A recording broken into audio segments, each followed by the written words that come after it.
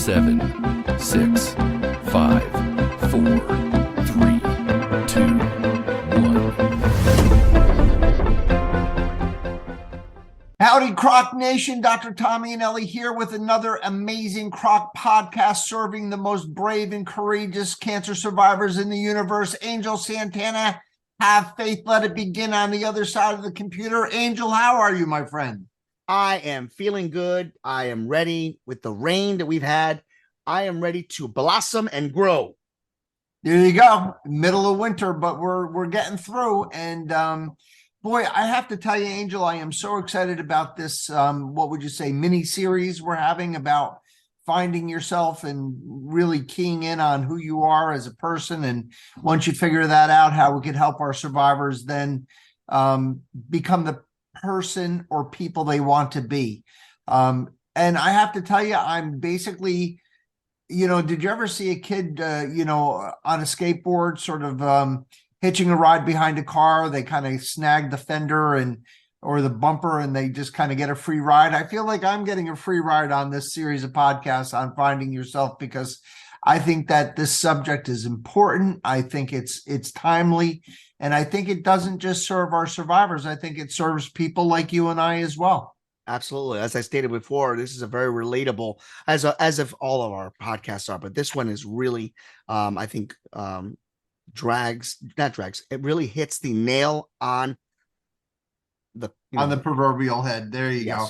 So for those of you who were not with us last week when we did our introduction to finding yourself, or finding the person that you want to be, we basically did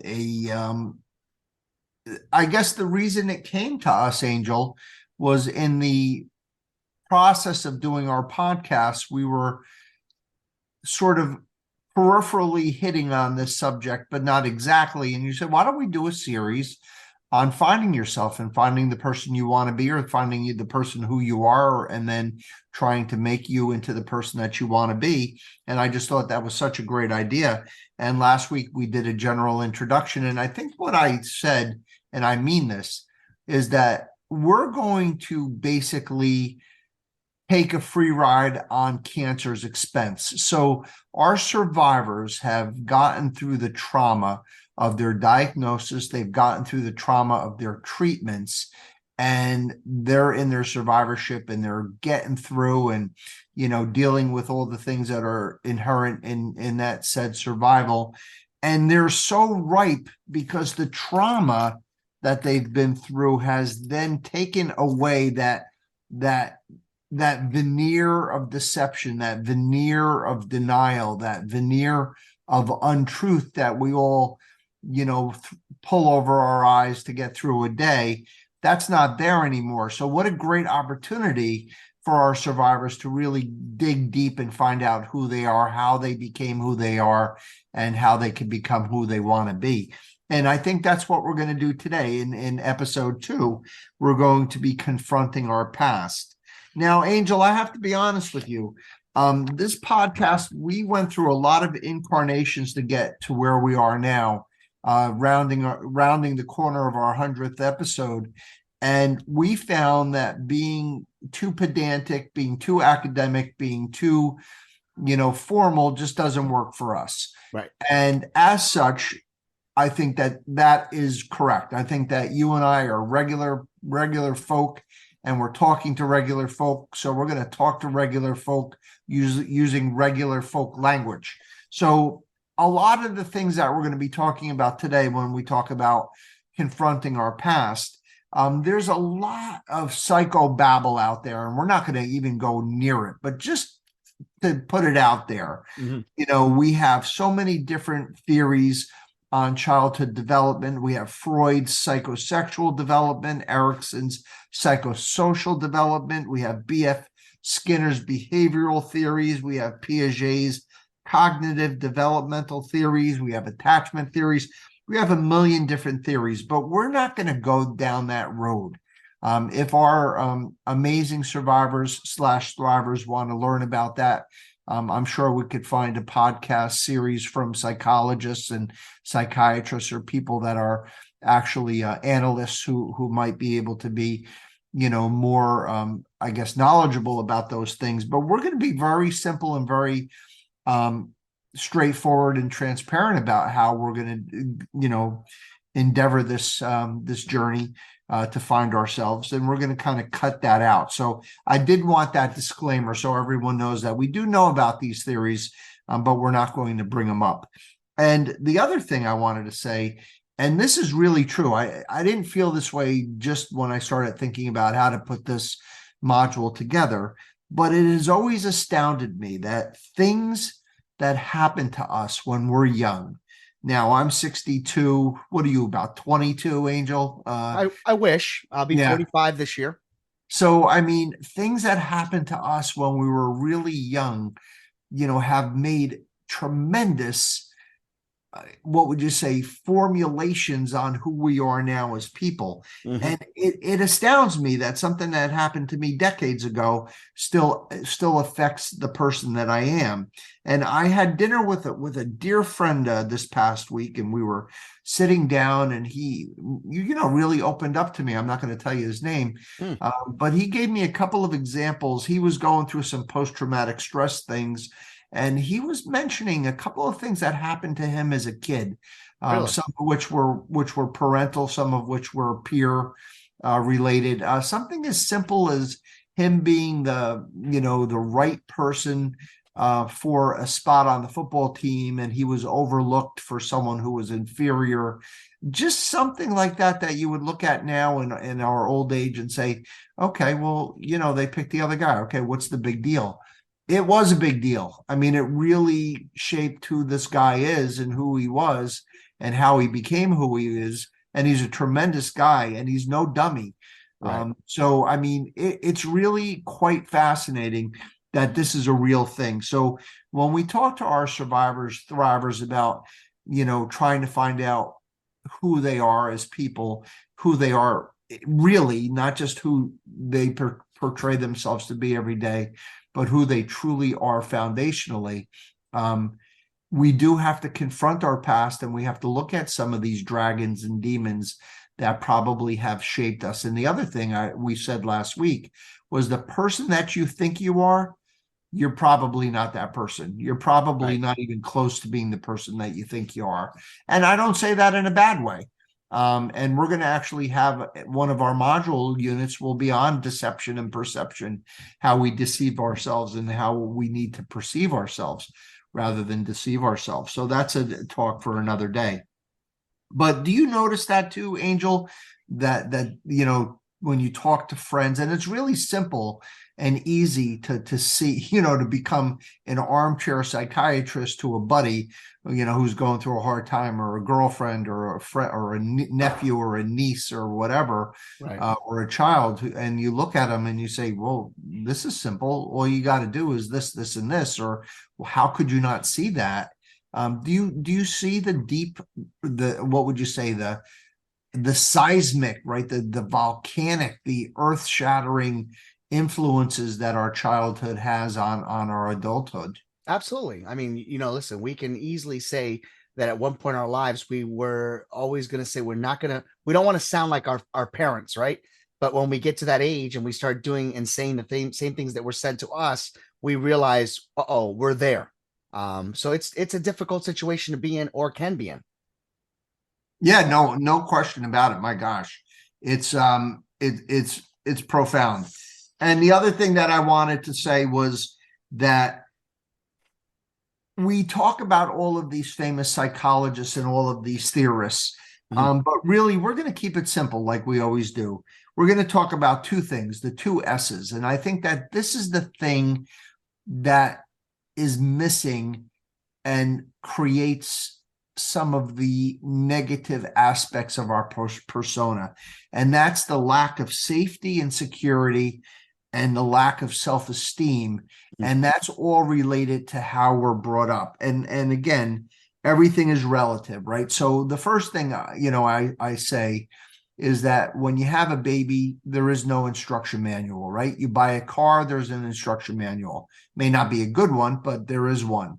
You buy a microwave oven from Frigidaire, and yeah, exactly. That's another story for another day. But we there's an instruction manual, but you have a baby, there's no instruction manual. Right. And the other thing is, if in an ideal world, if we're all robots and we're all perfect, and then we could probably raise children safely, securely, make them feel loved, individuate them, let them sort of make their own mistakes with safety and boundaries, and let them grow into these really evolved and amazingly self-secure and reliant individuals and little human units. But we're human and we screw our kids up. There's a standing joke, that you should save money for your kids' education, and you should save money for your kids' psychiatrist that they'll need when they're grown up, because of all the things you've done to them. So everything is relative. I've always shared on this podcast my personal struggles as a kid with a dad who was an alcoholic and abusive, and him dying young, and my mom who was overly controlling and judgmental, where nothing was ever good enough. And then you put together some harsh economics, having a weight problem and not being that athletic in the inner city, growing up in the projects. It certainly was not exactly fun being a kid for me. Right. But then again, you look at some of these people on earth who have had to deal with being a refugee, some of the people that had to leave their homelands, otherwise they would be killed, or to have watched their parents be killed or slaughtered, or to have watched murder, or to grow up in a crack house, or have a parent who's a criminal or in jail or something like that. So I always thought, hey, I can kind of understand how I became who I became, with my environment and the way I was raised. And sometimes I will have some anger and some, unresolved issues with parents. But it could have been a lot worse. And I think that the way we would talk to our survivors would be, to keep it all in perspective, that your parents probably did the best job they could. Right. And, and I'm sure there are survivors/thrivers out there who have had ghastly upbringings. And then we have those survivors/thrivers who have had wonderful upbringings, with very good parents who made them feel safe and secure and develop their sense of self-esteem. So again, everything is relative. And I think these are the stories that we want you guys to start investigating. We want you to be the author and the biographer of your own upbringing. And once we're encouraging you to do this, maybe you journal it, maybe you blog it, maybe you contact your siblings and you say, let's talk about how it was when we were kids. My favorite podcast is challenging me to find out who I really am and who the person that I want to be, and how to become that person. Tell me about dad and mom. Dad worked really hard, right? Mom, was this, or mom was that, or mom was insecure, or mom used to get mad at us, or dad, had a girlfriend and we didn't know about her, or they were wonderful. We went on a vacation every day, every year, and dad was home for dinner. Dinner was a family event every night at 6 o'clock, and we had enough food and enough money, and life was peachy, and I was the chief cheerleader and my brother was the captain of the football team, or whatever. Nice. Whatever your narrative is, I think that's important, because really, in order to uncover who we are and why we act the way we do, we have to know our own story, in essence.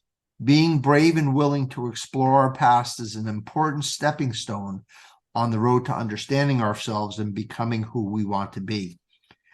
There is research, Angel, that has shown that it isn't just the things that happen to us that define who we are, but how much we've made sense of what's happened to us. So unresolved traumas, and we're going to talk about how to resolve these traumas in a future episode, inform the ways we act even today. And we call this a coherent narrative. That's what the psychologists call it. Wow. And these attitudes and atmospheres that we grow up in have a heavy hand on how we act as adults. As children, people not only identify with our parents, so we literally become our parents, as you jokingly said before we started the podcast, but also not just the good things that our parents were, but some of the bad things our parents were as well. Yes. And these destructive personal attacks become part of our developing personalities.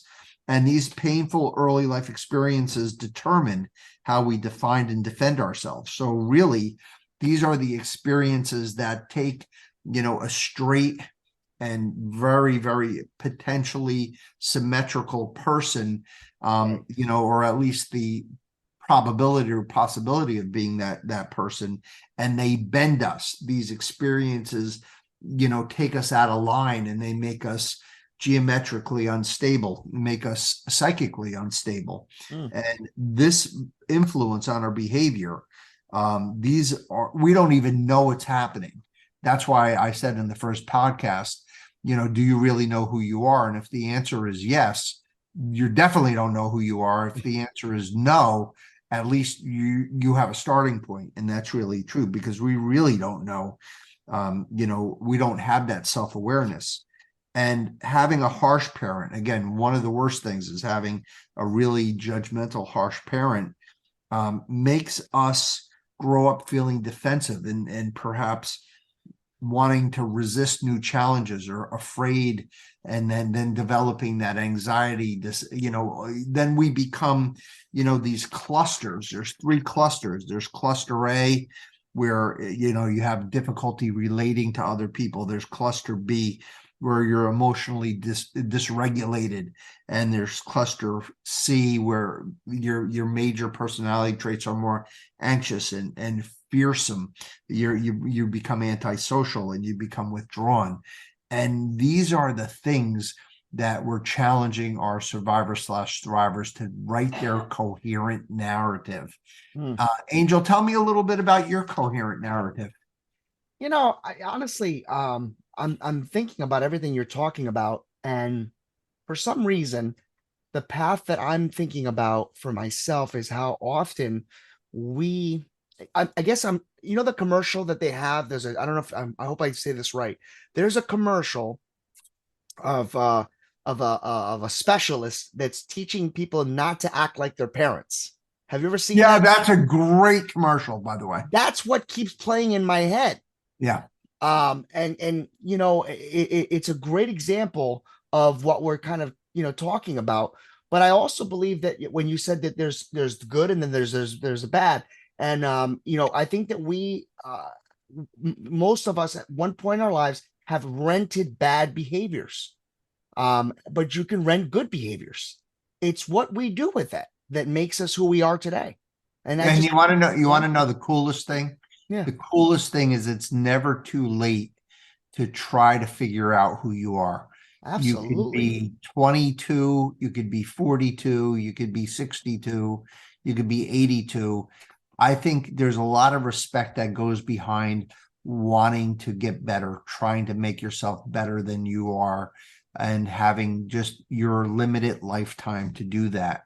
And for our survivors, that limited lifetime has been basically pushed right up into their face. And there's more of an immediacy.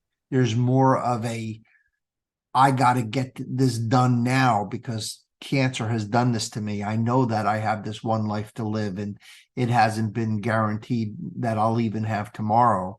So let me leave this world at least knowing who I am and trying to be the person that I want to be. Angel Santana, have faith, let it begin. A great second, I hope a great second podcast in the series. What are you thinking? I think it's great. And, again, we hit home again with another deep thought.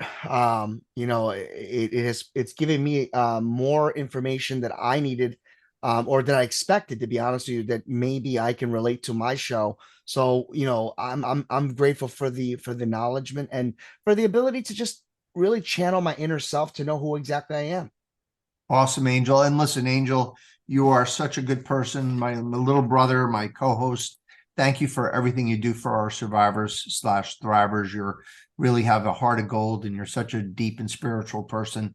I know that everybody listens to this podcast. They love having you on board. Thank you so much. You're welcome. Our friend Rod Freeman, Small Biz Up, is out in Arizona while we're here in the cold, dark, damp, wet, rainy, drizzly, icy weather.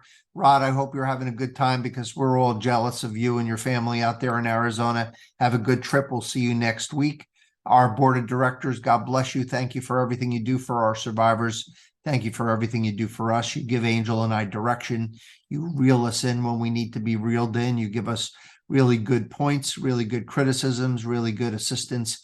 Thank you for helping us put a product together for our amazing, amazing survivors who really deserve everything.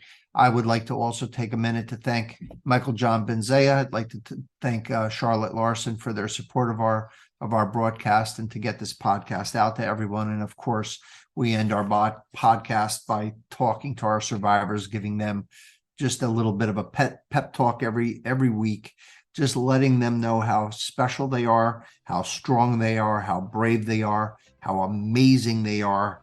You guys are tough. You guys are worthy. You're special. You're unique. We absolutely love you. You are loved by everyone, by your family, by your coworkers, by your friends. You're brave. You're supported. You are not alone. You are a fighter. You got this. On behalf of myself, Angel Santana, the board of directors at CROC, we wish you all a long, healthy, happy, and cancer-free life. May God bless you, be with you. Peace.